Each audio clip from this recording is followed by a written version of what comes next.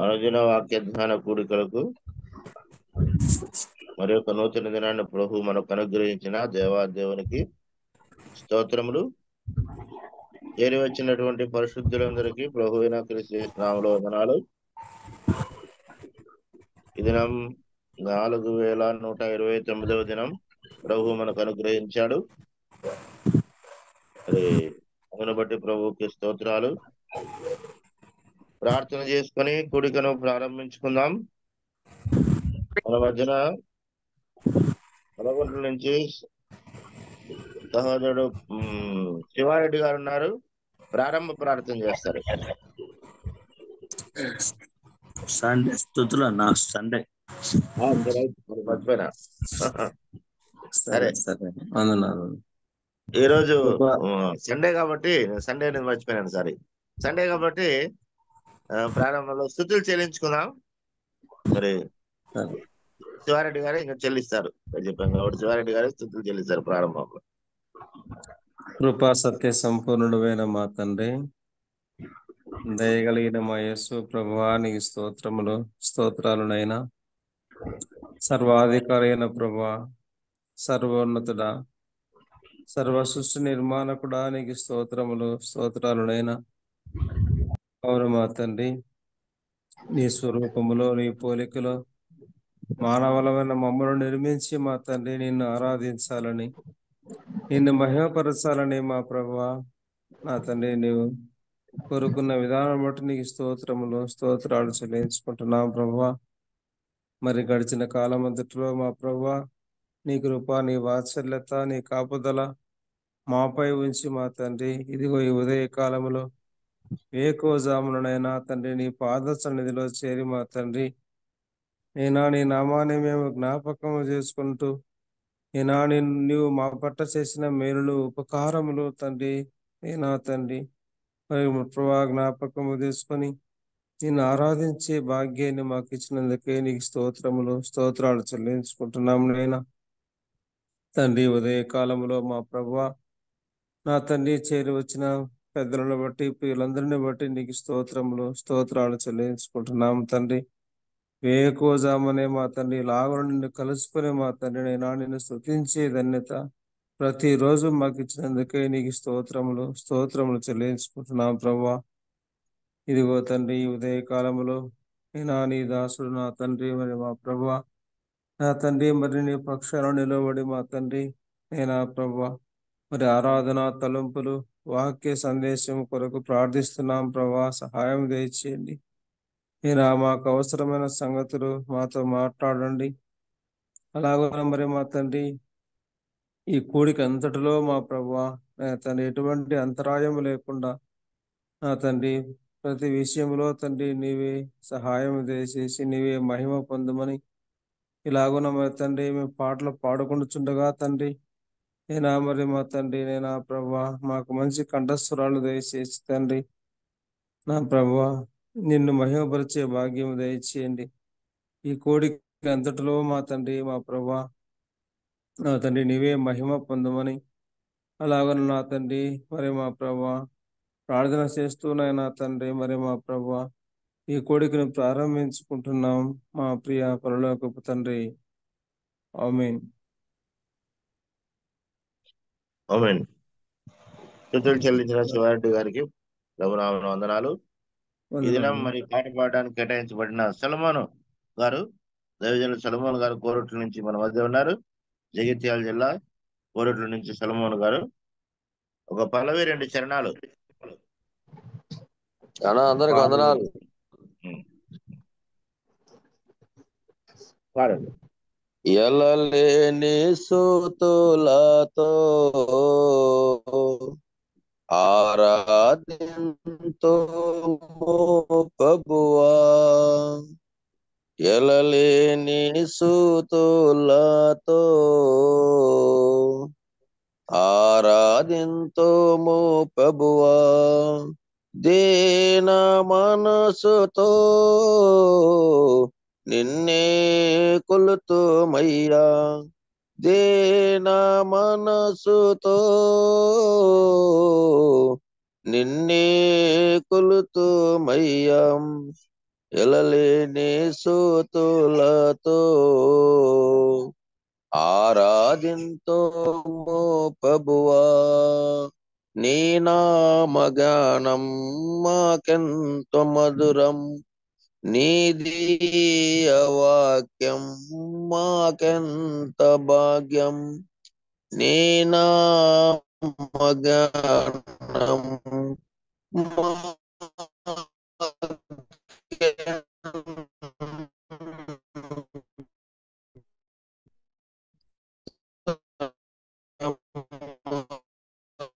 మధురం, నీది మాకెంత భాగ్యం. వాక్యములు నీ వాక్యములు నీ గనులు నీ కానుకునే ఎలలేని గనులు, ఎలలేని స్తుతులతో ఆరాధింతుము ప్రభువా. ఎలలేని స్తుతులతో ఆరాధింతుము ప్రభువా. సన్మార్గమందున నడిపించెను, దుర్మార్గులందరినీ ఇడిపించెను. సన్మార్గమందున నడిపించెను, దుర్మార్గులందరినీ ఇడిపించెను. దరిచేసి నమ్మిన దీనులందరినీ, దరిచేసి నమ్మిన దీనులందరినీ తన ఆత్మ ద్వారా నడిపించెను, తన ఆత్మ ద్వారా నడిపించెను. ఎలలేని స్తుతులతో ఆరాధింతుము ప్రభువా. ఎలలేని స్తుతులతో ఆరాధింతుము ప్రభువా. దేన మనసుతో నిన్నే స్తుతింతుము, దేన మనసుతో నిన్నే స్తుతింతుము. ఎలలేని స్తుతులతో ఆరాధింతుము ప్రభువా.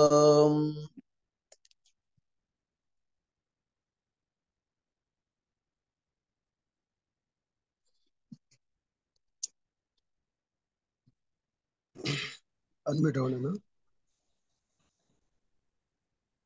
అదినాడమ్మా.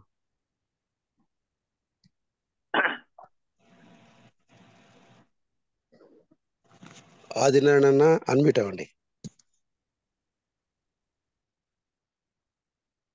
రైట్. పాట పాడి వినిపించిన సొలొమోన్ గారికి ప్రభునామన వందనాలు. మన మధ్య పెద్దలు దేవజనులు మరి తాతపూడి ఇస్రాయల్ అన్న గారు హైదరాబాద్ నుంచి మన మధ్య ఉన్నారు, వైఎంసీ నుంచి. అన్న మనకి దినం ప్రభు దినం కాబట్టి మొట్టమొదటిగా 15-20 నిమిషాలు ఆరాధన తలంపులు అందిస్తారు. మరి ఆ తర్వాత ప్రేరేపించబడిన వారు ఒక పల్లవి ఒక చరణం ద్వారా ప్రభుని ఆరాధించండి. తర్వాత మరి అదేవిధంగా మరి ఒకరు ప్రభుని స్తుతించాలని మీకు మనవి చేస్తున్నాను. ప్రేరేపించబడిన వారు సమయాన్ని ఇజ్రాయెల్ అన్నకు అప్పచెప్తున్నాను.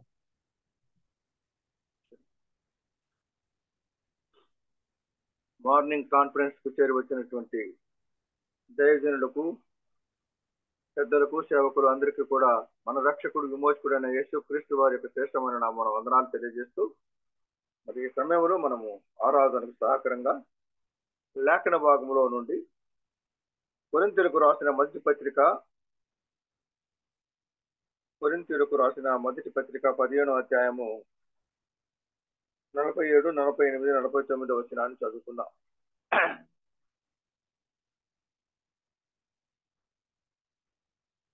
మొదటి మనుషుడు భూమి సంబంధి అయి మంచి నుండి పుట్టినవాడు, రెండవ మనుషుడు పరలోకము నుండి వచ్చినవాడు. మంటి నుండి పుట్టినవాడు ఎట్టివాడో మంటి నుండి పుట్టిన వాడును అట్టివారే. పరలోక సంబంధి ఎట్టివాడో పరలోక సంబంధులను అట్టివారే. మరియు మనము మంటి నుండి పుట్టిన వాని పోలికను ధరించిన ప్రకారము పరలోక సంబంధి పోలికయు ధరించు. దేవునికి మహిమ కలుగును గాక. మరి చదువుకున్న లేఖనము అపోస్తుడైన పౌలు కొరింథీలో ఉన్నటువంటి సంఘములో ఉన్నటువంటి విశ్వాసుల నిమిత్తము ఆరాధన విషయంలో చాలా శ్రేష్టమైన విషయాలను తెలియచేస్తూ ఇక్కడ ఈ మాట మాట్లాడుతున్నాడు. ఏమని మనం గ్రహిస్తుంటే ప్రియులారా, మొదటి మనుషుడు భూసంబంధి అయి మంటి నుండి పుట్టినటువంటి వాడు. అవును, మొట్టమొదటి మనుషుడు భూసంబంధి అయినటువంటి వాడు, మంటి నుండి పుట్టినటువంటి వాడు ఆదాం. మనం ఎరిగిన వారు లేఖన భాగాలను శ్రేష్టంగా. కానీ మనుషుడు పుట్టినటువంటి ఈ విషయాన్ని మనం ఎరిగిన ఒక మాటను మనకు ఏం తెలియజేస్తున్నాడు అంటే, రెండవ మనుషుడు పరలోకము నుండి వచ్చినటువంటి వాడుగా చూస్తున్నాం. అంటే ఏ విధంగా అయితే మంటి నుండి పుట్టినటువంటి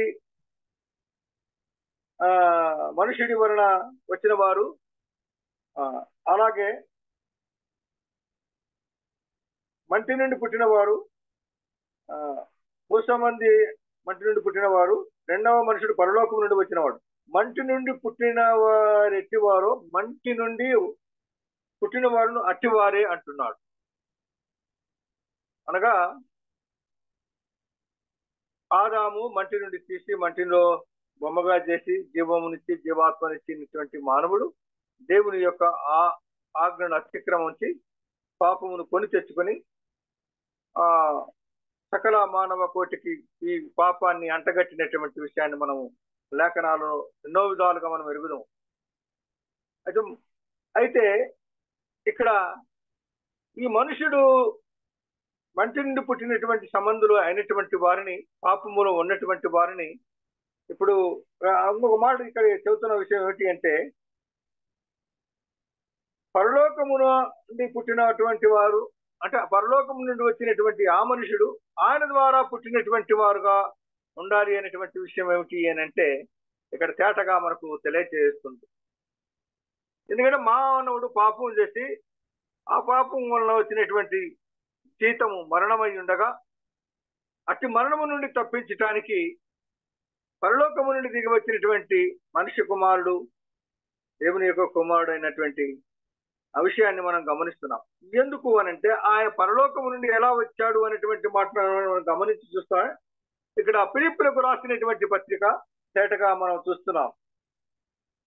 ఫిలిప్పులకు రాసినటువంటి పత్రిక 2వ అధ్యాయము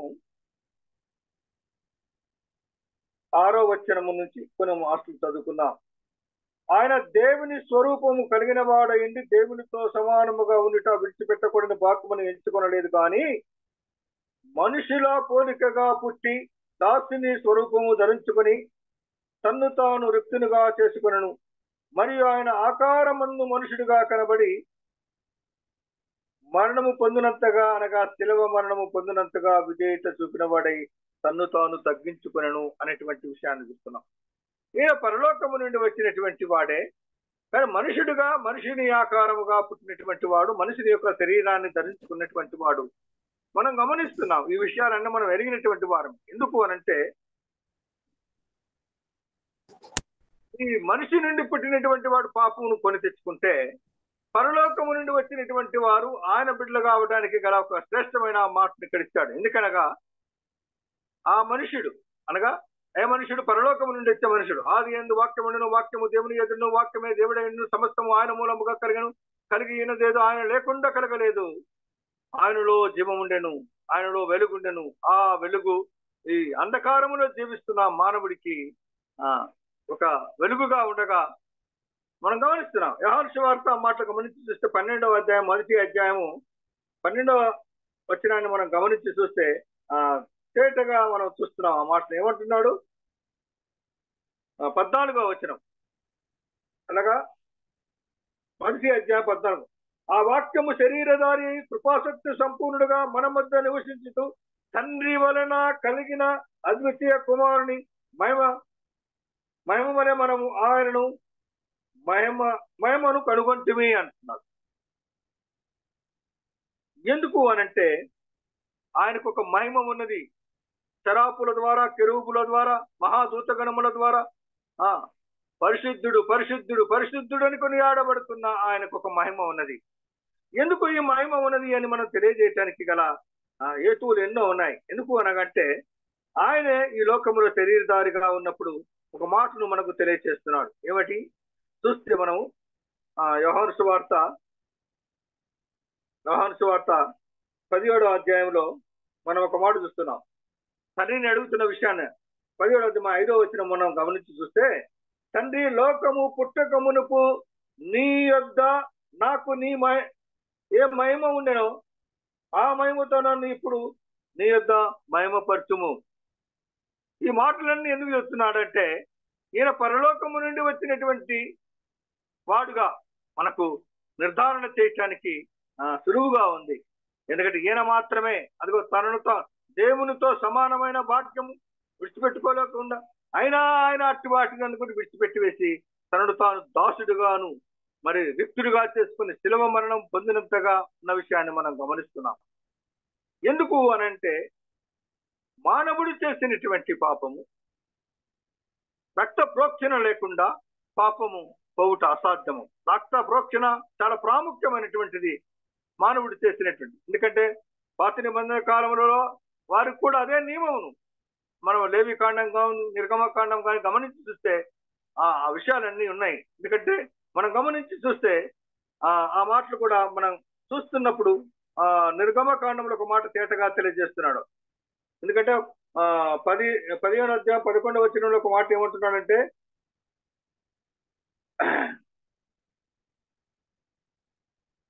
వేల్పులలో నీ వంటి వాడెవడు.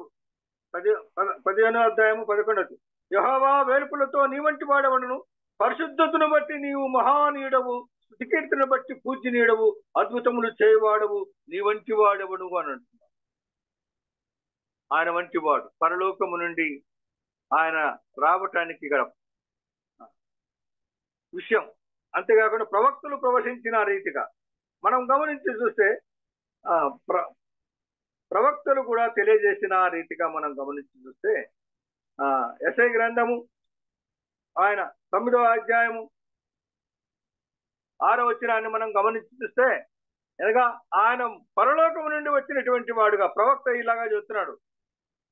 ఎలా అనగా మనకు శిశువు పుట్టెను, మనకు కుమారుడు అనుగ్రహించబడెను, ఆయన భుజము మీద రాజ్యభారం ఉండెను, ఆశ్చర్యకరుడు, ఆలోచనకర్త, బలవంతుడైన దేవుడు, నిత్యుడగు తండ్రి, సమాధానకర్త యొక్క అధిపతి అని అతనికి పేరు పెట్టబడను.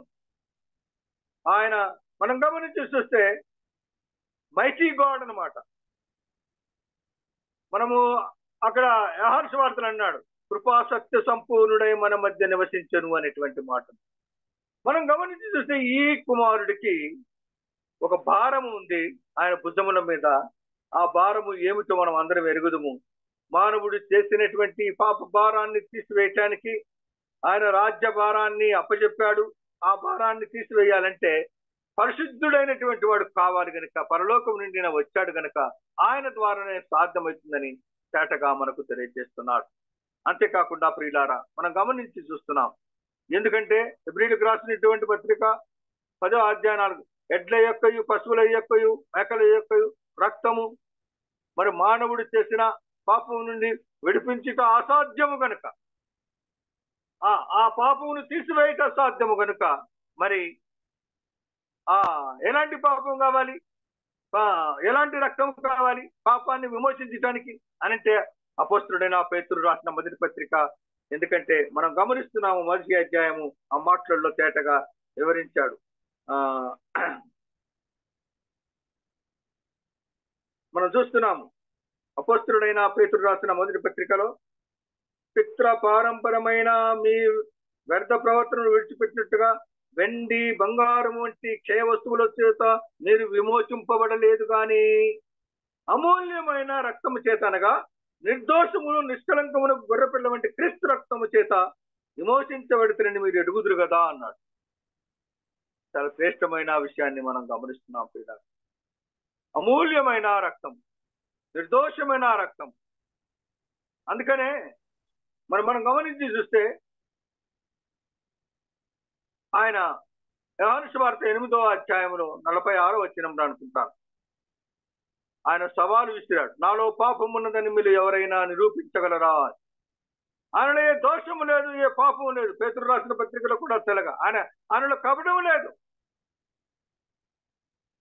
అయితే ఇక్కడ తీర్పు తీసినటువంటి పిలాతు కూడా అంటున్నాడు, ఈయన యందు నాకు ఏ దోషము కనిపించటం లేదు, మరణమునకును అటు దానికి శిక్షించడానికి తగిన లాంటి విషయమైన నాకు కనిపించటం లేదన్నప్పుడు ఇవన్నీ జరగటానికి కారణం ఏమిటి అంటే, ఆయన ఈ మానవుడు పరలోకము నుండి ఆయన వచ్చాడు కనుక, ఏ హేతువు చేత వచ్చాడు, ఏ కారణం చేత వచ్చాడు, ఈ పాపము నుండి పడి చెడి అదో నిత్య నరకాగ్నిగుండానికి మానవుడు ఆయన చేసినటువంటి గొప్ప కార్యం ఏమిటంటే, అదిగో శిలువ మరణము పొందినట్టుగా ఆయన ప్రాణం. అందుకనే యోహాను సువార్త 11 10 వచనాలలో మనం గమనించి చూస్తూ అంటాడు, నా ప్రాణమును ఎవరును తీయజాలరు, నా ప్రాణమును ఎవరు తీయజాలరు, నా అంతటినే ఆ ప్రాణమును పెట్టుతున్నాను, దాన్ని పెట్టుటకు తిరిగి తీసుకున్నటకు నా తండ్రి వలన నేను ఆజ్ఞ పొంది తిని అని తేటగా తెలియజేస్తూ ఉన్నాడు. ఎందుకంటే ఆయన ప్రాణము పెట్టడం వల్ల, ఆయన అమూల్యమైన రక్తము చిందించడం వల్ల, నిర్దోషమైన నిష్కలంకము చిందించడం వల్ల ఎందరైతే, అందుకనే తేటగా చెప్పారు, పరలోకము నుండి వచ్చిన ఈయనను అంగీకరించడం వల్ల. ఒక్క మాటను గమనించి చూస్తే, ఆ మాటను మనం గమనించి చూస్తే యోహాను సువార్త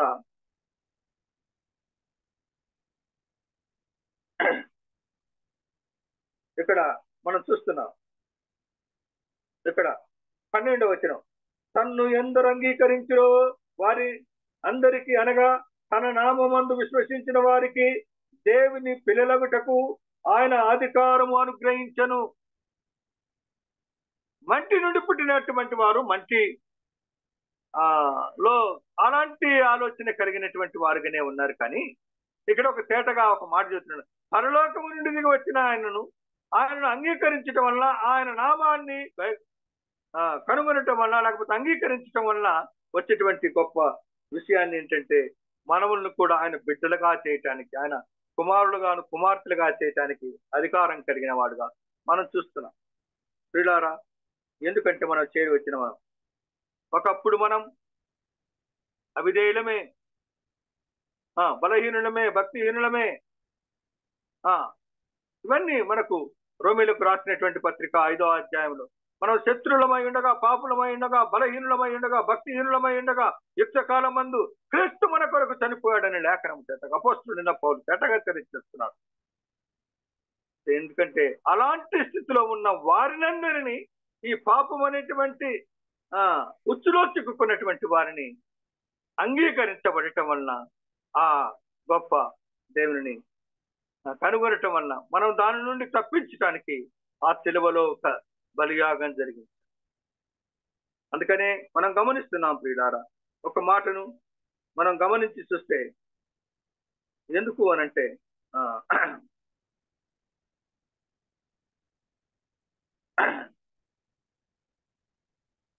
యోహాను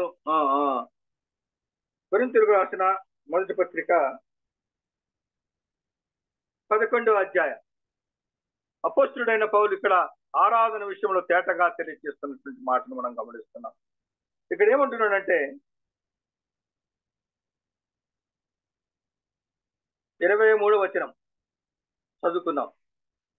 నేను మీకు అప్పగించిన దానిని ప్రభువునందు పొందుతిని, ప్రభు అయిన యేసు తాను అప్పగింపబడిన రాత్రి ఒక రొట్టెని ఎత్తుకుని కృతజ్ఞతాస్తుతులు చెల్లించి దానిని విరచి, ఇది మీ కొరకైన నా శరీరము, నన్ను జ్ఞాపకము చేసుకున్నట్టుకై దీనిని చేయుడని చెప్పాను. ఆ ప్రకారమే భోజనమైన పిమ్మట ఆయన పాత్రను ఎత్తుకుని, ఈ పాత్ర నా రక్తము వలనైన కొత్త నిబంధన, మీరు దీనిలోనిది త్రాగునప్పుడల్లా నన్ను జ్ఞాపకము చేసుకున్నట్టుకై దీనిని చేయుడని చెప్పాను. మీరు ఈ రొట్టెను తిని ఈ పాత్రలోని త్రాగునప్పుడల్లా ప్రభు వచ్చు వరకు ఆయన మరణమును ప్రసరించాలి. ఎందుకు ఆ మరణం? పాపి అయిన మానవుణ్ణి విడిపించడానికి మరణించినటువంటి మరణాన్ని, ఆయన అమూల్యమైన రుధిరాన్ని, పాపాన్ని కడగటానికి చిందించినటువంటి ఆ గొప్పతనాన్ని ప్రచురించాలి, చెప్పాలి అనేటువంటి మాటను అపోస్తుడైన పౌలు ఇక్కడ తెలియజేస్తున్నాడు. ఒక మాటను మనం గమనించి చూస్తే ఎందుకు అనంటే ఒక మాటను గమనిద్దాం ప్రియులారా.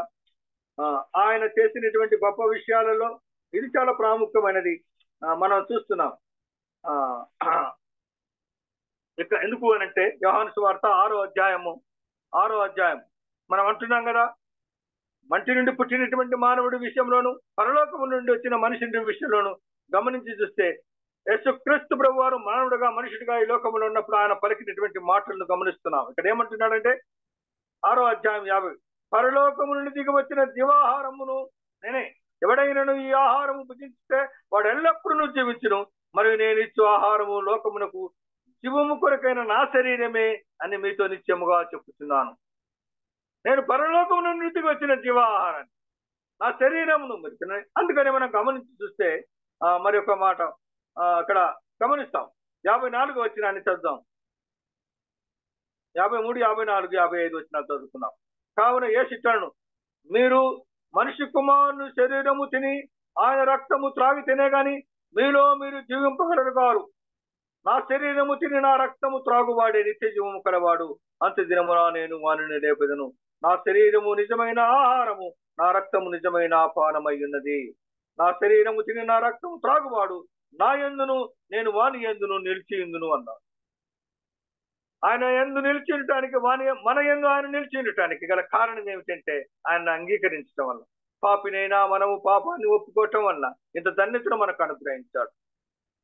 ప్రియులారా, మనం ఆరాధనకు చేరి వచ్చిన మనం అందరం కూడా ఒకప్పుడు అవిధేయతతో ఉన్నటువంటి మనలను విధేయులుగా చేయటానికి, మన పాపాలను ఒప్పుకుంటే ఆయన పరలోకము నుండి వచ్చిన ఆయన ఎంత గొప్ప దివ్యమైనటువంటి విషయాలను మనకి ఇచ్చాడంటే చాలా శ్రేష్టమైన విషయాలు మనకు అనుగ్రహించాడు. కాబట్టి చేరి వచ్చిన మనం అందరం కూడా మనం విరిగి నలిగిన హృదయాలతో ఆత్మతోను సత్యంతోను ఆరాధించబద్దులమై ఉన్నాం. కొన్ని మాటలు మన కొరకు ప్రభు దీవించును గాక. ఆమేన్. యోగ్యుడవో యోగ్యుడవో యేసు ప్రభు నీవే యోగ్యుడవో, యోగ్యుడవో యోగ్యుడవో యేసు ప్రభు నీవే యోగ్యుడవో, మరణము గెలిచిన యోధుడవో, మరణము గెలిచిన యోధుడవో, నా జీవితమున పూజ్యుడవో, నా జీవితమున పూజ్యుడవో, యోగ్యుడవో యోగ్యుడవో యేసు ప్రభు నీవే యోగ్యుడవో, సృష్టికర్తవు నిర్మాణకుడవు, జీవనదాత జీవించువాడా, సృష్టికర్తవు నిర్మాణకుడవు, జీవనదాత జీవించువాడా, శిరమును వాంచి కరములు జోడించి, శిరమును వాంచి కరములు జోడించి స్తుతించెద నిన్ను యేసు ప్రభో, స్తుతించెద నిన్ను యేసు ప్రభో, యోగ్యుడవో యోగ్యుడవో యేసు ప్రభు నీవే యోగ్యుడవో.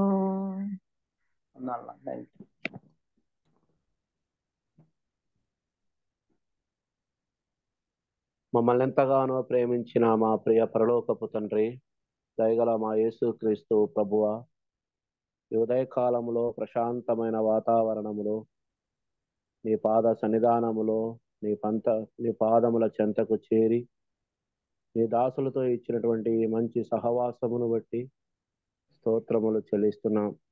పరిశుద్ధతో స్నేహము సహవాసము మీ నామములో మీరు మాకు ప్రసాదించి స్వామి నీకు స్తోత్రాలు. ఈ రాత్రి మంచి విశ్రాంతిని మంచి నిద్రను కలగజేసి చురుకైనటువంటి మెలకువ సుఖమైనటువంటి నిద్రనిచ్చి ప్రభువా మా ప్రభు పునరుద్ధానమైన దినములో ఇలాగ మాకు మంచి ప్రవేశం అనుగ్రహించి నీ దాసుని ద్వారా ఆరాధన తలంపులు వినే చెవిని గ్రహించే మనస్సును మీరు మాకు అనుగ్రహించి స్వామి నీకు స్తోత్రాలు చెల్లిస్తున్నాం. ఈ రాత్రి కాల సమయంలో అనేక మంది లోకాన్ని వదిలి ఉంటారు. మీరైతే మమ్మల్ని జ్ఞాపకం చేసుకొని మా ఆయుష్ను పొడిగించి సజీవులుగా కాచి కాపాడి వేకువనే నీ స్వరం వినటానికి నీ సన్నిధిలో కనపడటానికి కృపను అనుగ్రహించి స్వామి. ఎంత భాగ్యము ఎంత ధన్యత ప్రభా. ఎందరికో లేని ఈ మంచి భాగ్యము ప్రభా ఎన్నికలేని మాకు అనుగ్రహించి స్వామి నీకు స్తోత్రాలు చెల్లిస్తున్నాం. నీ దాసునితో మాట్లాడిన ఆరాధన తలంపులు బట్టి మేము చూస్తే మొదటి మనుష్యుడు భూసంబంధి అయి మంటి నుండి పుట్టినవాడు, రెండవ మనుష్యుడు పరలోకము నుండి వచ్చినవాడు అని చూస్తున్నాం. మా ప్రభువా నాయన దేవా తండ్రినైనా మట్టితో మమ్మల్ని తయారు చేసినావు దేవా నీకు స్తోత్రములు. ఆదాము మొట్టమొదటి మానవుడు ఆదామును తండ్రి మట్టితో తయారు చేశావు తండ్రి. ఆదాము సంతతి అయినటువంటి మమ్మలను కూడా ప్రభువా మట్టితో తయారు చేసినావు దేవా నీకు స్తోత్రములు చెల్లిస్తున్నాం తండ్రి. యోబు భక్తుడు అన్నట్లుగా జిగటమన్నుగా నన్ను నీవు నిర్మించి ఉన్నావు అన్నట్లుగా ప్రభువా నాయన దేవా తండ్రి మట్టి ఘటములో నుంచి ప్రభువా మహిమైశ్వర్యమును ప్రభువా నాయన మీరు మాకు అనుగ్రహించి స్వామి నీకు స్తోత్రములు. నీవు పరలోకము నుండి వచ్చిన వాడవు గనుక ప్రభువా నాయన కేవలముని యందు శ్వాసముంచగా కేవలముని యందు నమ్మిక ఉంచగా ప్రభువా నాయన నీవు తండ్రి మమ్మలను మట్టి ఘటములో నుంచి మహిమైశ్వర్యమునకు నీవు మార్చితివి దేవా నీకు స్తోత్రాలు చెల్లిస్తున్నాం. ఎంతటి భాగ్యము ప్రభువా నాయన. మా పాపములన్నీ కూడా పరిహరించి ప్రభువా నాయన దేవా శుద్ధీకరణ చేసి నీ రక్తముతో ప్రభువా నాయన మా పాపములు పవిత్రపరచి నీ పిల్లలుగా నీ దాసులుగా నీ ప్రజలుగా నీ సొత్తుగా నీ మంద గొర్రెలుగా ప్రభువా నాయన మమ్మల్ని చేసుకున్నావు దేవా నీకు స్తోత్రాలు చెల్లిస్తున్నాం తండ్రి. ఓ ప్రభువా నాయన ఇదిగో తండ్రి రాజులైన యాజ గుంపుగా తన సొత్తైన ప్రజలుగా పరిశుద్ధ జనాంగముగా ఏర్పరచబడిన వంశముగా ప్రభువా నాయన మీరు మమ్మల్ని చేసినావు దేవా నీకు స్తోత్రములు చెల్లిస్తున్నాం. నీతో స్నేహము నీతో సహవాసము ప్రభువా నాయన మీరు మాకు అనుగ్రహించి స్వామి నీకు స్తోత్రాలు చెల్లిస్తున్నాం తండ్రి. అంతేకాదు ప్రభువా నాయన నీవు చావును సమాధిని జయించి తిరిగి లేచడం ద్వారా జీవముతో కూడిన నిరీక్షణ ప్రభువా నాయన మీ నామంలో మీరు మాకు అనుగ్రహించి స్వామి నీకు స్తోత్రములు తండ్రి. మేముండ స్థలంలో మేముండలాగిన మా కొరకై ప్రభువా నాయన ఇహమందు పరలోకమందు అనేకమైనటువంటి మేలులు ఆధిక్యతలు అర్హతలు యోగ్యతలు ప్రభువా నాయన మాకు సిద్ధపాటు చేసిన దేవా నీకు స్తోత్రాలు చెల్లిస్తున్నాము తండ్రి. అంతేకాదు ప్రభువా ఈ లోకంలో ఉండగా మా భక్తికి మా జీవనానికి కావలసినవి మీరు ధారాళముగా దయచేస్తూ మమ్మల్ని పోషిస్తూ ఆదరిస్తూ సంరక్షిస్తూ కాపాడుతూ నడిపిస్తున్న దేవా నీకు స్తోత్రాలు చెల్లిస్తున్నాం తండ్రి. అయ్యా నువ్వు చేసిన మేలులు సాటి ఏమిచ్చినా మేము రుణస్థలమే తండ్రి. నువ్వు చేసిన మేలులు ఎన్నని వివరించగలము, ఏమని వివరించగలము? అవి లెక్కకు మించినవిగా ఉన్నవి ప్రభా. ఇసుక రేణువుల కంటే ఎక్కువగా ఉన్నవి ప్రభా. దేవా నువ్వు చేసిన మేలులు మా జీవిత కాలమంతయు నిన్ను స్తుతించిన మా బ్రతుకు కాలమంతయు నిన్ను కీర్తించిన వేణువులతో కొనియాడినా ప్రభానైనా మేము రుణస్థలమే తండ్రి. నువ్వు చేసిన మేలులకు సాటి ఏమిచ్చి మీ రుణం తీర్చుకోగలమయ్యా. ఏమీ లేని వారముగా మా విరిగి నలిగిన హృదయముతో మా స్తుతులు ఆరాధనలు మా ప్రభు మా విమోచకుడైన యేసుక్రీస్తు పరినామమున స్తుతించి ఆరాధించి గణపరుస్తున్నాము తండ్రి. ఆమేన్. రైట్. మరి ఆరాధన తలంపులు విన్నాం, ఆరాధించాం ప్రభువుని. తిరిగి మన మధ్య దైవజనులు ఇజ్రాయెల్ అన్న గారు ఉన్నారు. మనకి దేవుని వాక్యాన్ని అందిస్తారు. 6:15 వరకు అన్న దేవుని వాక్యాన్ని మనకి అందించవచ్చు. కాబట్టి అంతవరకు అన్న దేవుని వాక్యాన్ని అందిస్తారు. మనం అందరం మీట్లో ఉండి శ్రద్ధగా విందాం. అన్న సమయాన్ని మీకు అప్పచెప్తున్నాను. మంచి దేవునికి మహిమ కలుగును గాక. ఈ సమయంలో పరిశుద్ధ గ్రంథం లేఖనములో నుండి ఒక మాటను మనము చదువుకుందాం. మార్కు సువార్త 7వ అధ్యాయము 20, 21, 22, 23 వచనాలను మనం చదువుకుందాం.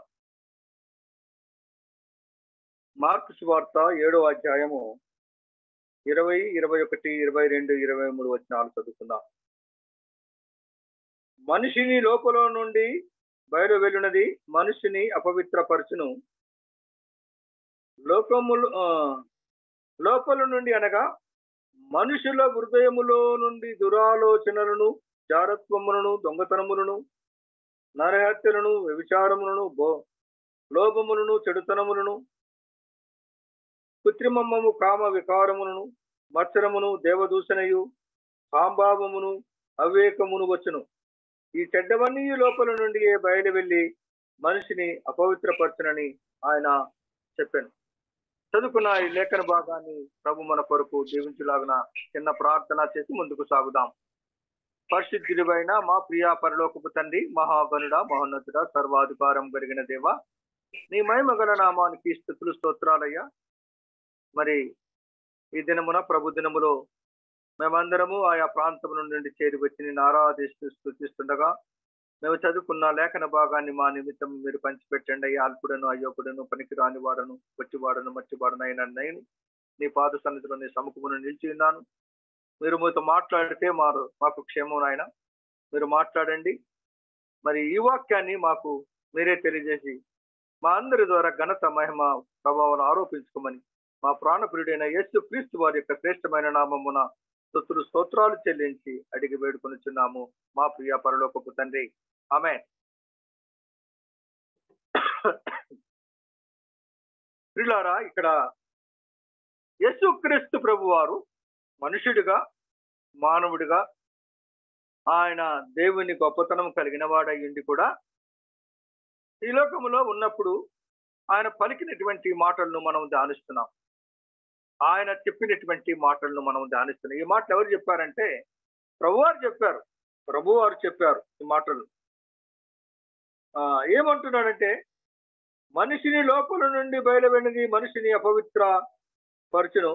లోపల నుండి అనగా మనుషుల హృదయములో నుండి దురాలోచనను, జారత్వములను, దొంగతనములను, నరహత్యలు, వ్యభిచారము, మరి అంతేకాకుండా లోభమును, చెడుతనమును, కృత్రిమము, కామ వికారమును, మత్సరమును, దేవదూషణను, ఆంభావము, అవివేకమును వచ్చును.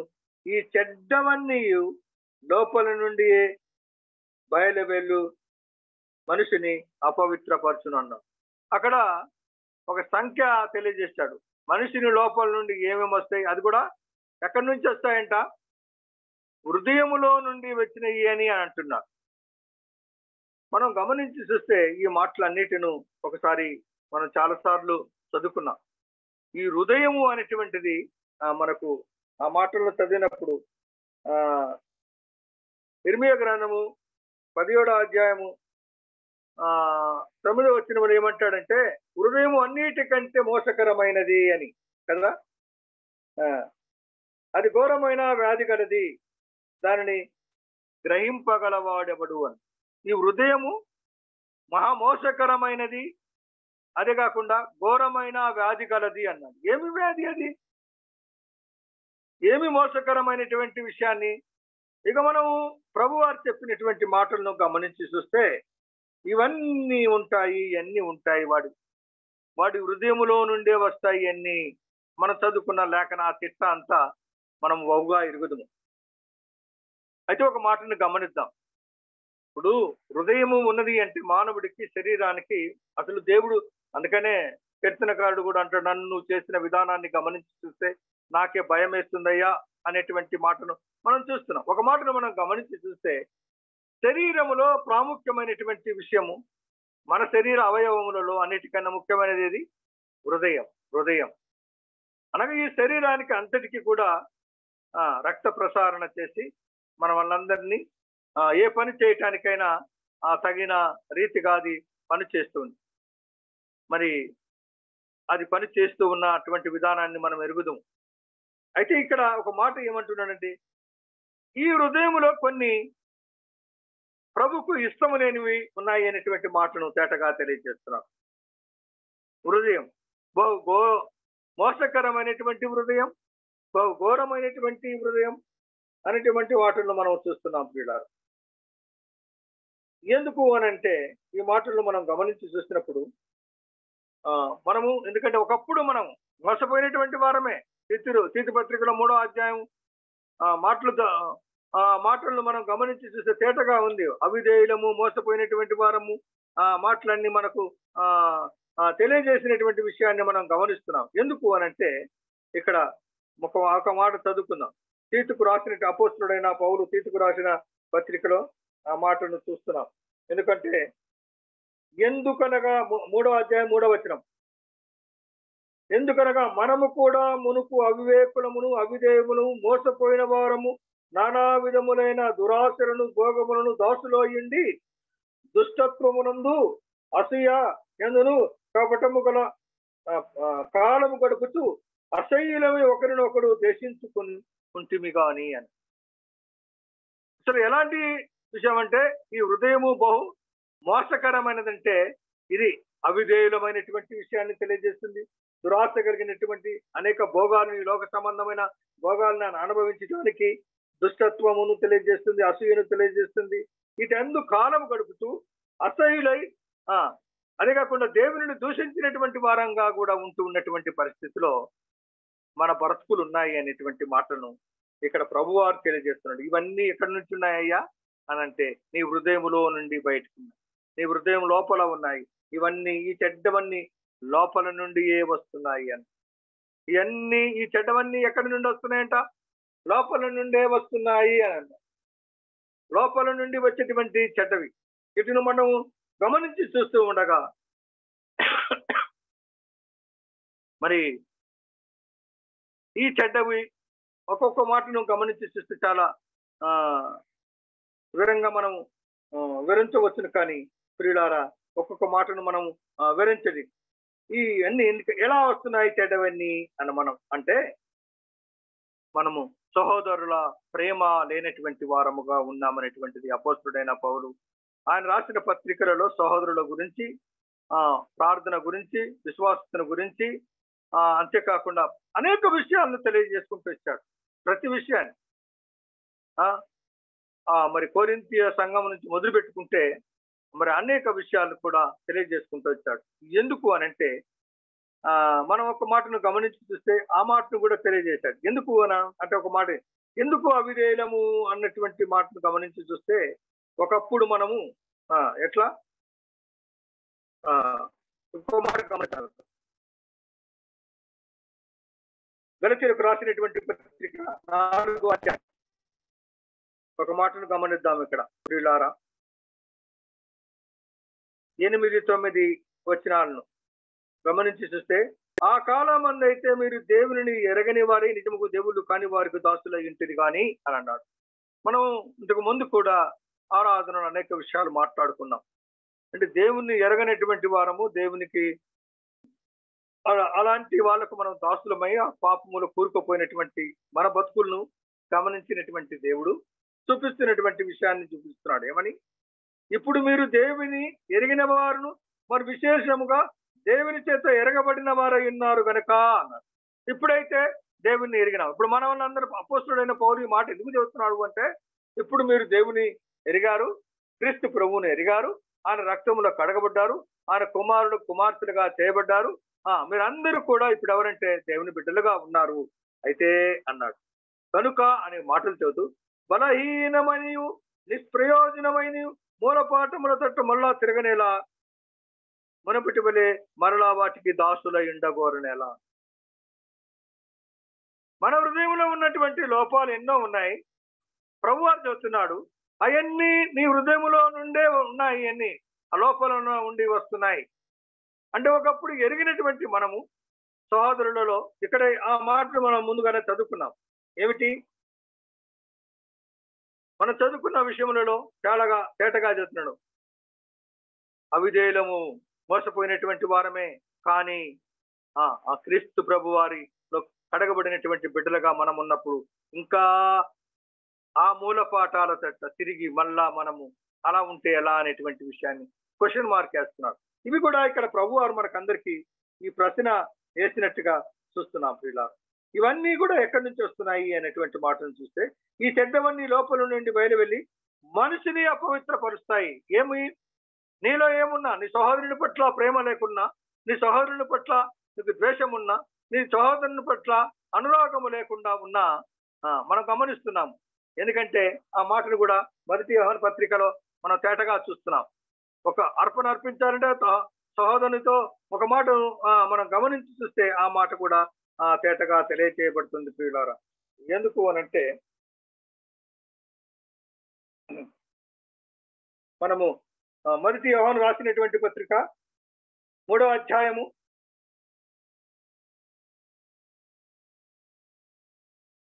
ఇక్కడ ఒక మాటను చూద్దాం. 13, 14 వచనాలు 15 వచనాలను చదువుకుందాం. సోదరులారా, లోకము మిమ్మును దేశించిన యెడల ఆశ్చర్యపడకుడి. ఎందుకంటే దోషపూరితమైనటువంటి పాపముతో నిండిన లోకం కాబట్టి, అట్టి సాతాను పరిపాలిస్తున్న లోకంలో మనం ఉన్నాం కాబట్టి ఎవరైనా ద్వేషించిన యెడల మనం దాని గురించి ఆశ్చర్యపడవలసిన విషయం ఏమి లేదు. కానీ మనము సహోదరులను ప్రేమించుతున్నాము గనక, ఇప్పుడేమిటి, మనము సహోదరులను ప్రేమిస్తున్నాము గనక మరణములో నుండి జీవములోనికి దాటించి ఉన్నామని ఎరుగుదుము.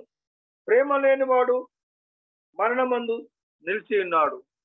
సహోదర ప్రేమ చాలా ప్రాముఖ్యమైనది.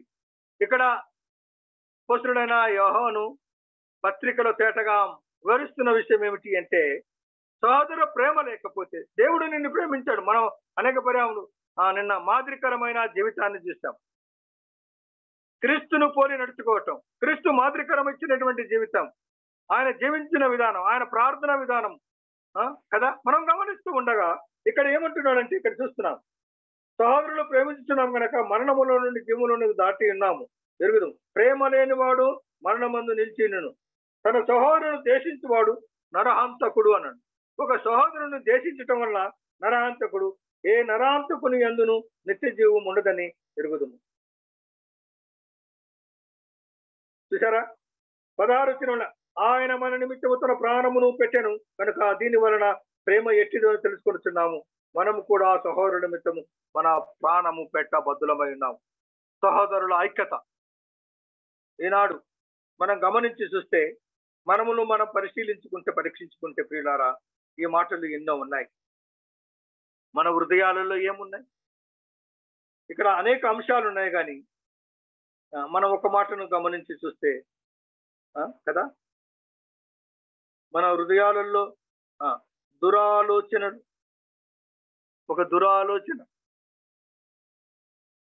ప్రేమ లేనటువంటి ఆలోచన, దుష్ట ఆలోచన. కీర్తనకారుడు అంటున్నాడు కదా, దుష్ట ఆలోచన చొప్పున నడక పాపుల మార్గము నిలవక, అపహాసకులు కూర్చుండి చోట కూర్చుండక, యెహోవా ధర్మశాస్త్రములను ఆనందించుతూ దివారాత్రములు దానిని ధ్యానించువాడు ధన్యుడై ఉన్నాడు అనేటువంటి లేఖనాన్ని మనం ఎరుగుదాం కదా. క్రీస్తు బిడ్డలమైనటువంటి మనము ఒక సహోదరుని పట్ల కలిగినటువంటి ప్రేమ ఇవన్నీ లేనటువంటివిగా ఉన్నాయని. ఇవన్నీ ఇంకా ఏమున్నాయంటే, నీ హృదయములో, అందుకని మనం చదువుకున్న లేఖన భాగంలో యోహాను రాసిన మొదటి పత్రికలు అంటున్నాడు, నీ సహోదరుని పట్ల నీకు ప్రేమ లేకపోతే మరణము నిలిచింది నన్ను మాటను చెబుతూ మరి ఈ మాటను తేటగా తెలియజేశాడు. ఏమంట? ప్రేమ లేని వాడు మరణమందు నిలిచి ఉన్నాడు అన్నాడు. అంటే ఏమిటి? మనకు ఒక నిరీక్షణ ఉంది. ఆయన మన పాపములను తుడిచివేసి కడిగివేసి ఆయన బిడ్డలుగా, ఆయన కుమార్తెలుగా చేసిన మనములను సహోదరుల ప్రేమ లేకపోతే ఆయన తీర్పులో నిలవలసిన వారముగా ఉన్నామనేటువంటి మాట తేటగా తెలియజేస్తున్నాడు. అంటే ఆ సమయంలో ఏ రక్షణ ఎక్కడికి పోకపోవచ్చును, కానీ తీర్పు దినములో ఆ మరణములో నిలిచిన్నాడంటే పునరుద్ధానము మరొక దినము ఉంది, ఆ దినములో నువ్వు నిలిచిన్నట్టే అనేటువంటి హెచ్చరిక మనం చూస్తున్నాం. సహోదరులో కలిగిన మనము ఎలాంటి ప్రేమ కలిగిన వారముగా ఉన్నామనేటువంటి మాటను మనం చూస్తున్నాం. ఎందుకంటే మనము ఒక మాట చదువుకుందాం. ఇదే 3వ అధ్యాయము 21వ వచనం మొదటి యోహాను పత్రికలో, స్త్రీలారా, మన హృదయము మన యందు దోషారోపణ చేయని యెడల దేవుని ఎదుట ధైర్యము గల వారు మగుదుము. మరియు మనం ఆయన ఆజ్ఞను గైకొనుచు ఆయన దృష్టికి చెడ్డమైనవి చేయుచున్నాము కనుక మనమేమి అడిగినది ఆయన మనకు దొరుకును. ఈ మాటను చదువుతున్నప్పుడు ఇక్కడ మనం చూస్తున్నాం. ఎందుకంటే మన హృదయ విషయాలన్నిటిని కూడా ఆయన ఎరిగిన 19-20 వచనాల నుంచి ఈ మాటలన్నిటిని కూడా 19, 20 నుంచి 23 విషయాల వరకు మనం గమనించి చూస్తే ఏమంటున్నాడంటే, మనము సత్య సంబంధులమని ఎరుగుదము, దేవుడు మన హృదయము కంటే అధికుడై సమస్తము ఎరిగి ఉన్నాడు కనుక మన హృదయము ఏ విషయములలో మన యందు దోషారోపణ చేయను ఆ విషయములలో ఆయన ఎదుట మన హృదయములను సమ్మతి పరుచుకుందాం. మనము హృదయములో ఉన్నవన్నిటిని తీసివేయుట, అన్నిటిని తీసివేయుట. కొలస్సీలకు రాసినటువంటి పత్రిక 3వ అధ్యాయము 1 మాట 8వ వచనాన్ని, ఇప్పుడైతే మీరు ఏమంట క్రోధమును, కోపమును, దూషణను, మీ నోట బూతులైనను వీటిని తీసివేయడి, వీటిని విసర్జించడి అని లేఖనము చేత. హృదయములో ఉన్నవి అన్ని. ఆగ్రహం ఉందా, కోపం ఉందా, దూషణ ఉందా? మనల్ని మనం పరిశీలించుకుంటే ఎంత శ్రేష్టమైన విషయాన్ని మనకు తెలుసు. ఇవన్నీ మాటలు ఈ చెడ్డవన్నీ ఈ లోపల నుండి బయలుదేరి మనిషిని అపవిత్రపరుస్తున్నాయి. ఇవన్నీ ఈ కోపము, దూషణ ఇవన్నీ కూడా ఎక్కడున్నాయి? మనిషిని యొక్క హృదయములో ఉన్నాయి. ఈ చెడ్డవన్నీ ఆ మనిషిని అపవిత్రపరుస్తున్నాయి అని అంటున్నాం. పవిత్రులమని అనిపించుకుంటున్నాం మనము, లేకపోతే దేవుని రక్తముతో కడగబడినామని చెప్పుకుంటున్నాం మనము. ఇక్కడ మనం గమనించి చూస్తే మనము ఒక సహోదరుని పట్ల చూపవలసినటువంటి ప్రేమ, లేకపోతే ఈనాడు సంఘాలలో కూడా మనం చూస్తున్నాం, సమాజంలో చూస్తున్నాం, ప్రేమ లేదు. ఒకరిని ఒకరు ద్వేషించుకోవటమే తప్ప ఆ సహోదరుడు ఇలా చేశాడు, ఈ సహోదరుడు అలా చేశాడని ద్వేషం మాత్రం ఉంది, కానీ ఆ సహోదరుని ప్రేమించేటువంటి భావన లేదు. ఆ సహోదరుడికి అవసరం ఉన్నదాన్ని, అక్కర ఉన్నదాన్ని ఎరిగిన వారం అయి ఉన్నప్పటికీ కూడా తగినటువంటి ఆలోచన మనలో లేనటువంటి స్థితిలో మనం పడినాం. అంటే కేవలం ఎలాంటి భక్తులమై ఉన్నామంటే, మనము ఆరాధనకు ఆదివారం కాబట్టి వెళ్ళాలి, 2-3 పాటలు పాడాలి, దేవుణ్ణి స్తుతించాలి, ఆరాధించాలి, రావలసినటువంటి వారముగా ఉన్నామని మనం భావిస్తున్నాం. కానీ దేవుడు దానిని అంగీకరించడం లేదు ప్రియులారా. మీ అర్పణలు అందుకనే మలాకిలో కానీ అనేక సార్లు ఇశ్రాయేలు ఇచ్చిన అర్పణలో అట్లని స్వీకరించటం లేదు, ఒప్పుకోవటం లేదు. ఆయనకు రావాల్సిన ఘనత, ఆయనకు రావాల్సిన మహిమ ఏమిటి అంటే మనం చూస్తున్నాం. అందుకనే ప్రభువారు ఈ లోకంలో ఉన్నప్పుడు అది గమనించి చూస్తే, మత్తయి సువార్తలో రాసినటువంటి ప్రకారంగా గమనించి చూస్తే, సహోదరుల పట్ల ప్రేమ కలిగి జీవించడం ఎంత ప్రాముఖ్యమైనదో మనం చూస్తున్నాం. ఎందుకు అనంటే ప్రియులారా, చాలా శ్రేష్టమైన విషయాలను అక్కడ తెలియజేస్తున్నాం. ఇదిగో నేను రోగిని ఏంటి, నన్ను చూడవచ్చు, ఆకలి కొండి నాకు ఆహారం పెట్టారు, దప్పిక కొండి నాకు నీరు ఇచ్చారు అన్నప్పుడు విశ్వాసులైనటువంటి వారు, లేకపోతే నమ్మకమైనటువంటి దేవుని భక్తులు అన్నారు, అయ్యా మేము ఎప్పుడు చేశాము ఏంటంటే ఇవన్నీ నా సహోదరులలో ఒకరికి మీరు చేశారు.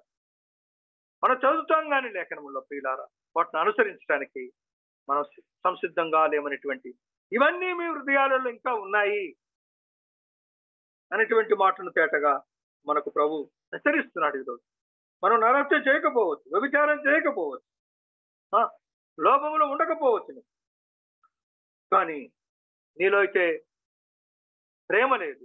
ప్రేమ లేకపోతే దేవదూషణ చేసినట్లేనని లేఖనము తేటగా తెలియజేస్తున్నటువంటి మాట మనం గమనిస్తున్నాం. ఎందుకు అనంటే ఈ హృదయంలో ఉండే చాలా విషయాలు. ఒక మాట మనకు అపోస్తుల కార్యంలోనే 8వ అధ్యాయం, ఇలాంటి భక్తులు కూడా ఉన్నారు. చూస్తే అపోస్తుల కార్యం 8వ అధ్యాయం 21, 23 వచనాలు. నీ హృదయము దేవుని ఎదుట సరి అయినది కాదు కనుక ఈ కార్య మందు నీకు పాలు పంపులు లేవు. ఇక్కడ సీమోన్ అని ఒక వ్యక్తి, ఇతను కూడా ఇక్కడ మా ముందు ఆ మాటలు చదువుకుంటే ఫిలిప్పు వాక్యం మనం అందిస్తున్నప్పుడు ఇక్కడ 13వ వచనంలో అంటారు. మనం చూస్తున్నప్పుడు ఆ మాటను మనం గమనించి చూస్తే తెలుస్తుంది. ఎందుకంటే 13, 12 వచనంలో ఫిలిప్పు దేవుని రాజ్యమును గురించి యేసుక్రీస్తు నామమును గురించి వార్త ప్రకటింపగా వారు అతను నమ్మి పురుషులను స్త్రీలను బాప్తిసము పొందిరి. అప్పుడు సీమోను కూడా నమ్మి బాప్తిసము పొంది ఫిలిప్పును ఎడబాయకుండా సూచక క్రియలను గొప్ప అద్భుతములను జరుగుట చూసి విభ్రాంతి నొందెను. ఈ వ్యక్తి ఎవరో తెలుసా? ఈయన కూడా బాప్తిసం పొందినటువంటి వాడు, అంటుగట్టుకున్నటువంటి వాడు కదా, విడవక అంటున్నాడు, విడవక వెంబడించినటువంటి వాడు. అయితే ఇక్కడ జరిగినటువంటి మనం చదువుకున్న లేఖన భాగములు ఏమిటంటే, ఈ పేతురు యోహానులు ఎక్కడైతే పరిశుద్ధాత్మ విషయాన్ని గురించి మాట్లాడుతూ మీరు ఇంకా పరిశుద్ధాత్మను పొందలేదని వారి చేతుల నుంచి ప్రార్థన చేసి పరిశుద్ధాత్మను వారికి పొందినట్టుగా తెలియజేసినప్పుడు ఇక్కడ ఒక మాట తెలియజేస్తున్నాడు. ఏమంటున్నాడంటే ఇక్కడ 17 పేతురు యోహాను వారి మీద చేతులుంచగా వారి పరిశుద్ధాత్మను పొందిరి. అపోస్తులు చేతులుంచడం వల్ల పరిశుద్ధాత్మ అనుగ్రహింపబడిన సీమోను చూసి, అపోస్తులు చేతుల నుంచి ప్రార్థన చేయటం వల్ల పరిశుద్ధాత్మ వస్తుందని అది సూచి ఈ భక్తుడు ఏమంటున్నాడు చూద్దాం. వాడి దగ్గర ద్రవ్యం పెట్టి డబ్బు పెట్టి నేను ఎవరి మీద చేతులు ఉంచుదనో వాడు పరిశుద్ధాత్మను పొందినట్లు ఈ అధికారము నాకు ఈడని అడిగారు. పరిశుద్ధాత్మ డబ్బును పెట్టి కొనే దేవుని యొక్క అధికారాన్ని నా డబ్బుతో కొనాలనేటువంటి విషయాన్ని మనం గమనిస్తున్నాం. అందుకనే పేతురు అంటున్నాడు ఇక్కడ, నీ హృదయము దేవుని ఎదుట సరైనది కాదు. మన హృదయాలను పరిశీలించుకుంటే ఇక్కడ సీమోను బాప్తిసము పొందినటువంటి వాడు, దేవుని సంఘములో కొనసాగుతున్నటువంటి వాడు, వెంబడిస్తున్నటువంటి వాడు, ఆ డబ్బు పెట్టి పరిశుద్ధాత్మను పొందటానికి ఆశపడినటువంటి వ్యక్తిగా మనం గమనిస్తున్నాం. అయితే ఇక్కడ మనం గమనిస్తున్నాం, నీ హృదయములో ఉన్నాయన్ని ఈ లోపల నుండి ప్రతి మనిషిని అపవిత్రపరుస్తాయని. ఇవన్నీ ఉన్నాయి నీకు, ఇంకా అవి తీసివేస్తేనే తప్ప లేకపోతే లేదనేటువంటి మాటలు తేటగా తెలియజేస్తున్నాను అని చెబుతూ ఇక్కడ ఒక మాట అన్నాడు. కాబట్టి ఈ నీ చెడుతనమును మానుకొని మారు మనస్సు నంది ప్రభువును వేడుకొనుము. ఈ నీ చెడుతనం, ఈ చెడువన్నీ ఎక్కడి నుంచి వచ్చాయి? నీ హృదయం సరైనది కాదు, నీ హృదయంలో ఈ చెడుతనం ఉంది. ఈ చెడుతనమును మానుకుంటే, అంటే మానుకోవటం అంటే మారు మనసు పొందితే మళ్ళీ తిరిగి, ఒకప్పుడు మారు మనసు పొందాడు, బాప్తిసం తీసుకున్నాడు ఈ వ్యక్తి కదా, మనం గమనిస్తున్నాం ఈ మనిషిని. అయితే ఆయన గురించి చెబుతున్నాడు. కాబట్టి ఈ నీ చెడుతనము మానుకుని మారు మనసు నంది ప్రభువును వేడుకొనుము. ఒకవేళ నీ హృదయాలోచన క్షమింపబడును, నీవు నుండి దుర్నీతి బంధకములో నుండి ఉన్నట్టు నాకు కనబడుతున్నదని. ఇంకా దుర్నీతి స్థితిలో ఆ బంధకాలలో పడి ఉన్నటువంటి మన బతుకులు ఉన్నాయని ఈనాడు సంఘాలలో విశ్వాసుల యొక్క జీవితం, సంఘ పెద్దల మాటలు తిరస్కరించేవారు, సంఘ సేవకుల మాటలను తిరస్కరించేవారు, ఎన్నో విధాలుగా అపహాసించి దేవునికి వ్యతిరేకంగా జరిగిస్తున్నటువంటి మాటలను మనం చూస్తున్నాం ప్రియుల. ఇవన్నీ ఎక్కడి నుండి వచ్చినాయంట? మనిషిని యొక్క లోపల నుండి, హృదయంలో నుండి వచ్చినాయి అనేటువంటి మాటను మనం గమనిస్తున్నాం కదా ప్రియులారా. మనం ఒక మాటను గమనిద్దాం. అపోస్తుడైన యాకోబు రచించినటువంటి గ్రంథంలో ఒక మాటను గమనిద్దాం. యాకోబు రాసినటువంటి గ్రంథంలో నుండి ఒక మాటను గమనిద్దాం.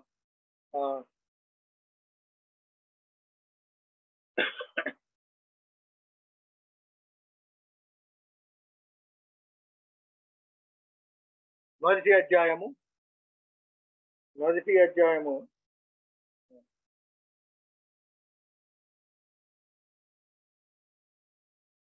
మనము యాకోబు రాసినటువంటి పత్రిక మొదటి అధ్యాయము 19, 20, 21 వచనాన్ని మనం చదువుకుందాం.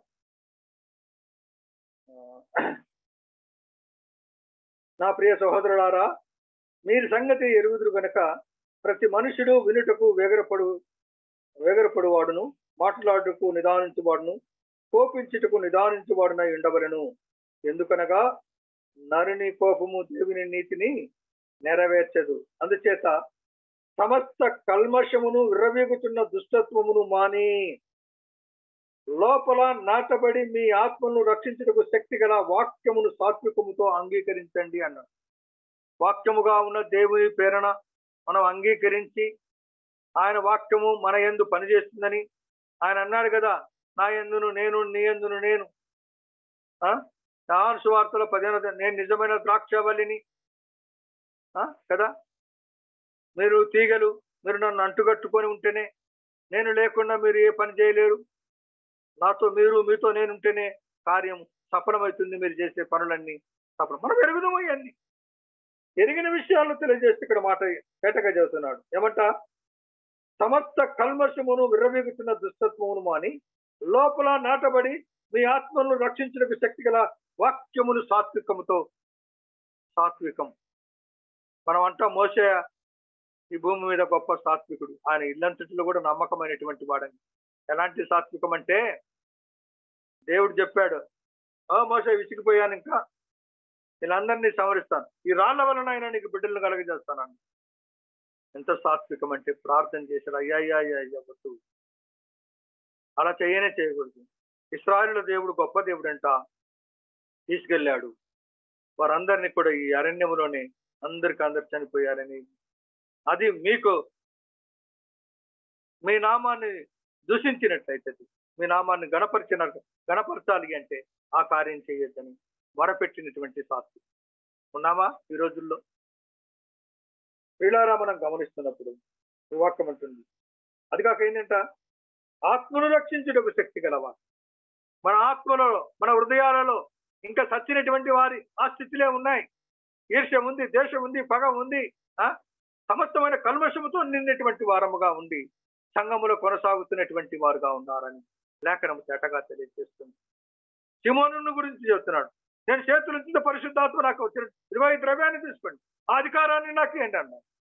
ఇవాళ రేపు అధికారాల కొరకే సంఘాలలో కొట్లాడుతున్నారులే కానీ చాలా వరకు మనం గమనిస్తున్నాం, అధికారుల కొరకు సంఘంలో కొట్లాడేటువంటి వ్యక్తులు ఎంతో మందిని మనం గమనిస్తున్నాం.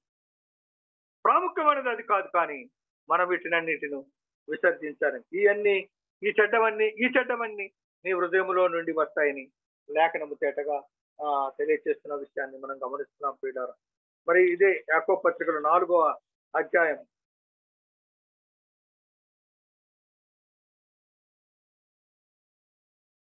7వ వచనాన్ని చదువుకుందాం.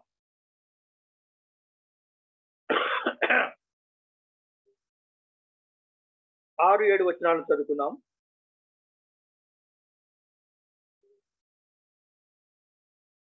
ఆయన ఎక్కడ కృప ఇచ్చును, అందుచేత దేవుడు అహంకారులను ఎదిరించి దీనులకు కృప అనుగ్రహించును అని లేఖనము చెప్పుతున్నది. కాబట్టి దేవునికి లోబడి ఉండుడి, అపవాదిని ఎదురించుడి, అప్పుడు వాడు మీ యొద్ద నుండి పారిపోవును అన్న. ఇవన్నీ మన హృదయాలలో ఉంటే అపవాది చేతిలో వాడి నాటకాలలో ఉన్నవారమనే యాకోబు తేటగా విశ్వాసులకు రాసినటువంటి పత్రిక, సంఘాలకు రాసినటువంటి పత్రిక, సంఘములో నివసిస్తున్న విశ్వాసులకు రాసినటువంటి పత్రిక తెలియజేస్తున్నాడు. అందుకని మాటలు అంటున్నాడు, దేవుని యొద్దకు రండి, అప్పుడు ఆయన మీ యొద్దకు వచ్చును. పాపులారా మీ చేతులు శుభ్రము చేసుకునండి, విమనస్కులారా మీ హృదయాలను పరిశుద్ధపరచుకునండి, వ్యాకులపరుడు దుఃఖపరుడి, ఏడుగుడి, మీ నవ్వు దుఃఖమునకు మీ ఆనందము చింతమునకు మార్చుకునుడి అన్నాను. ఎంత బాధతో ఈ విషయాలు రాసి వాడిని ఈ మాటను సంబోధించినప్పుడు ఆయన కూడా ఒకసారి అనుకుంటాడు, పాపులారా అన్నాడు. ఎందుకంటే ఈ హృదయంలో ఇవన్నీ ఇంకా ఉంటే పాపం చేసినటువంటి వారుగా ఉన్నారని మాటలను తెలియజేస్తున్నారు ప్రియులారా. మనము గమనించి చూస్తుండగా కీర్తనకారుడు కూడా ఒక మాట రాశాడు. కీర్తనకారుడు కూడా ఒక మాట రాశాడు. 37వ కీర్తన మనం గమనిద్దాం. ఇక్కడ గమనిద్దాం.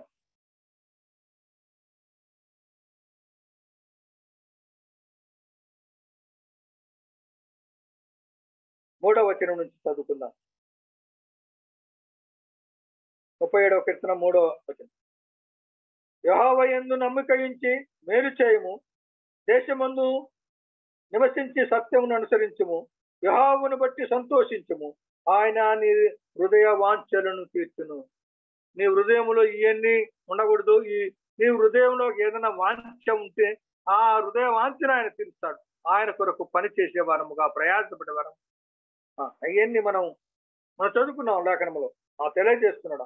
చేస్తూ అంటున్నాడు, నీ హృదయ వాంఛనను తీర్చును, నీ మార్గములను యెహోవాకు అప్పగింపుము, నీవు ఆయనను నమ్ముకొనుము, ఆయన నీ కార్యములు నెరవేర్చును. ఆయన వెలుగు వలనే నీ నీతిని, మధ్యాహ్నం వలనే నీ దోషం వెల్లడిపరచును. యెహోవా ఎదుట మౌనముగా నుండి ఆయన కొరకు కనిపెట్టుము. తన మార్గమును వర్ధిల్ల వాని చూసి వ్యసనపడకము, దురాలోచనలు నెరవేర్చుకుని వాని చూసి వ్యసనపడకము.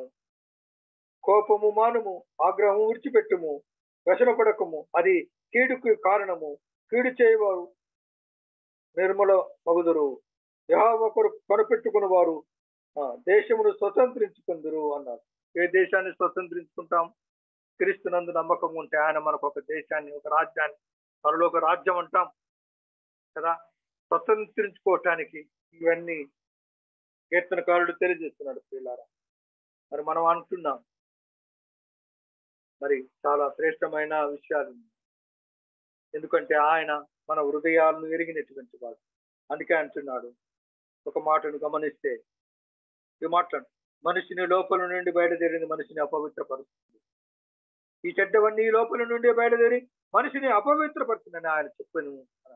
ఆయన చెప్పినది ఏంటంటే, నీ మనసులో ఇంకా ద్వేషం ఉంది, నీ మనసులో ఇంకా కపటం ఉంది, నీ మనసులో ఇంకా క్రోధం ఉంది, మత్సరం ఉంది, అసూయ ఉంది, ఇవన్నీ ఉన్నాయి నీ హృదయంలో. వాటిని తీసివేయి, వాటిని తీసివేస్తే ఈ చెడ్డవన్నీ నీ లోపల ఉన్నాయి కనుక. ఒక మాటను అనుకుందాం. ఎందుకు అనంటే, ఒకసారి మలాకి గ్రంథంలో ఇశ్రాయేలుకు తెలియజేసినటువంటి మాటను చదువుకొని మనం ఇంకా ముగించుకున్న సమయం కూడా అయిపోతుంది. మలాకి గ్రంథం 1వ అధ్యాయం.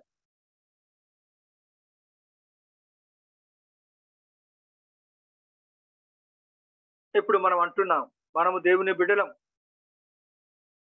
అంటే ఇక్కడ మాట్లాడుతున్నాము. ఏమంటున్నాడు అంటే 6వ వచనం చదువుతున్నాం. అనేక పర్యావరణ ఈ విషయాన్ని ఆరాధనలో కూడా మాట్లాడతారు చాలా మంది దాసుడు. కుమారుడు తన తండ్రిని గనపరచును కదా, దాసుడు తన యజమానుని గనపరచును కదా. నా నామమును నిర్లక్ష్య పెట్టి యాజకులారా, నేను తండ్రినైతే నాకు రావలసిన ఘనత ఏమాయను, నేను యజమానుడినైతే నాకు భయపడువాడు ఎక్కడ ఉన్నాడు అని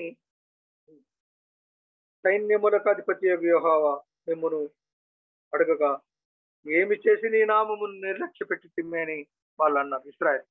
మనము ఈ ప్రశ్న మనం వేసుకుందాం. ప్రశ్నిస్తున్నాడు దేవుడు ఈరోజు మనల్ని. నిజంగా నేను దేవుడి కుమారుణ్ణి అయితే, నా తండ్రి పైనన్నవాడైతే ఆయనకు రావలసిన ఘనత ఏమైంది, ఆయన నామానికి చెందవలసినటువంటి మహిమ ఏమైంది అని అడుగుతున్నాడు. అని మన హృదయాలను ఇంకా అలాంటి ఆలోచనలో ఉంటే అదిగా అంటున్నాడు, ఇవన్నీ ఈ చెడ్డవన్నీ హృదయములో నుండి వస్తాయి.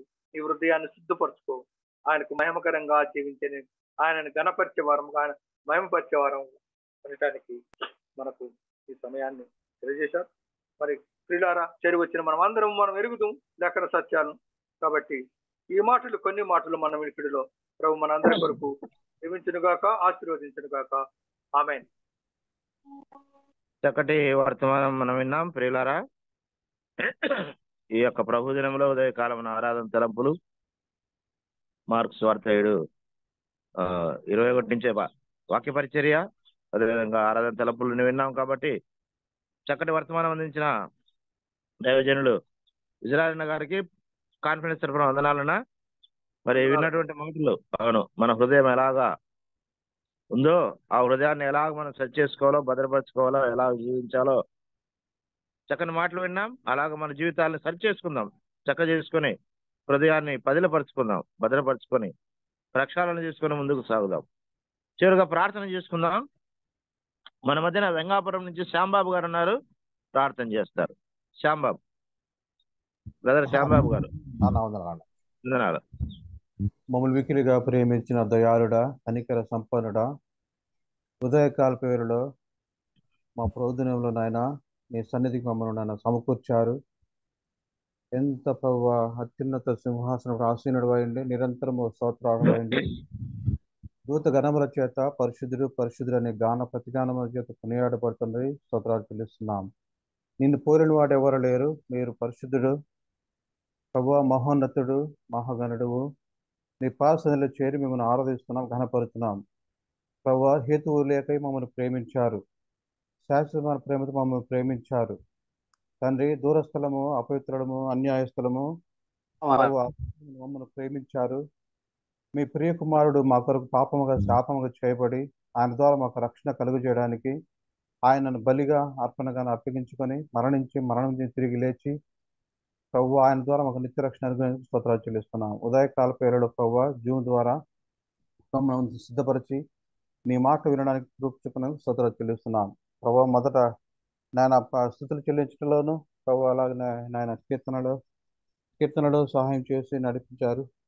అలాగే నీ దాసు నిలబెట్టుకొని ప్రభు ఆరాధనలోను పక్కపరిచిన ప్రభు నీ దాసును బలపరిచి వినిపించిన లేఖన సత్యాలను బట్టి స్తోత్రాలు చెల్లిస్తున్నాం.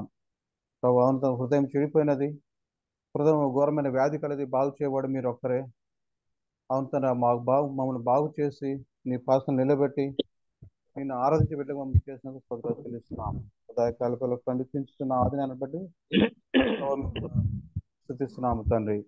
మంచి ఆత్మ నడిపి దయచేందుకు స్తోత్రాలు చెల్లిస్తున్నాం రాజా. అంత మాత్రం భారమైన పరిచయం ప్రభు అని దాసుడు బర్నబాస్తాను నడిపిస్తున్న ప్రభు ప్రేరేపించి నడిపిస్తున్న విధానం కూడా స్తోత్రాలు చెల్లిస్తున్నాం. దాసును ప్రభు బలపరచండి, కుటుంబాన్ని దీవించండి ప్రభు. ఈ యొక్క కుడికలో ప్రభు జూమ్ ద్వారా మమ్మల్ని అందరినీ సిద్ధపరిచి వచ్చిన సేవకులు, పరిశుద్ధులు, సహోదరు అందరిని బట్టి స్తుతిస్తున్నాం తండ్రి. అవును ప్రభు, దినదినమో ప్రభు మేము నాయన వింటున్న మాటలను బట్టి మమ్మల్ని పురికల్పమని, ఆత్మీయంగా ఉజ్జీవింపజేయమని, ఆదరించి బలపరిచి నీ మహిమతో జీవించిన కృప చూపమని ప్రార్థిస్తున్నాము తండ్రి. ఇక మా ప్రొద్దునైన ప్రభు మమ్మల్ని నాయన సిద్ధపడి మిమ్మల్ని ఆరాధించే బిడ్డలకు చేసిన స్తోత్రాలు చెల్లిస్తూ మరలా ప్రభు నీ సన్నిధి చేరుకో ప్రభు, మరలా నీ సన్నిధికి వెళ్ళినైనా సకాలంలోని ప్రభు నీ సన్నిధి చేరిన ఆత్మతో సుఖంగా ఆరాధించడానికి సమకూర్చమని, ఇంతవరకు మా ప్రభు మా ఇళ్ళ మీరు చేసిన మేలుని బట్టి, ఉపకారాలను బట్టి, మీ ప్రియ కుమారుడు ఇచ్చిన రక్షణ బట్టి స్తోత్రాలు చెల్లిస్తూ ప్రభు ఎటువంటి ఆటంకం కలగకుండా సమస్తం మీ యొక్క ఆధిపత్యం ద్వారా ప్రభు మీరు నడిపించినందుకు స్తోత్రాలు చెల్లిస్తూ ఈ యొక్క మా ప్రభువును, మా రక్షకుడును, మీ ప్రియ కుమారుడు ప్రభుని యేసుక్రీస్తు పరిశుద్ధమైన నామములు స్తుతులు స్తోత్రాలు చెల్లించి ప్రార్థించి వేడుకొనిచుంటున్నాం మా పరమ తండ్రి. ఆమేన్. ప్రార్థన చేసినటువంటి శ్యాంబా బ్రదర్కి వందనాలు. ఇది నా కార్యక్రమంలో ప్రారంభం స్థుతులు మొదలుకొని చివరి వరకు పాట పాడిన వారికి, వాక్యం అందించిన దైవజనులకు, స్థుతులు చెల్లించిన వారికి అందరు కూడా చేరి వచ్చిన మీ అందరికి కూడా పేరు పేరున వందనాలు. నడిపించడానికి నాకు అవకాశం ఇచ్చిన బర్నబాస్ గారికి వందనాలు తెలియజేస్తూ సమయాన్ని బర్నబాస్ గారికి అప్పచెప్తున్నాను. ఏదైనా ప్రకటనలు ఉంటే ప్రకటించి ముగిస్తాడు.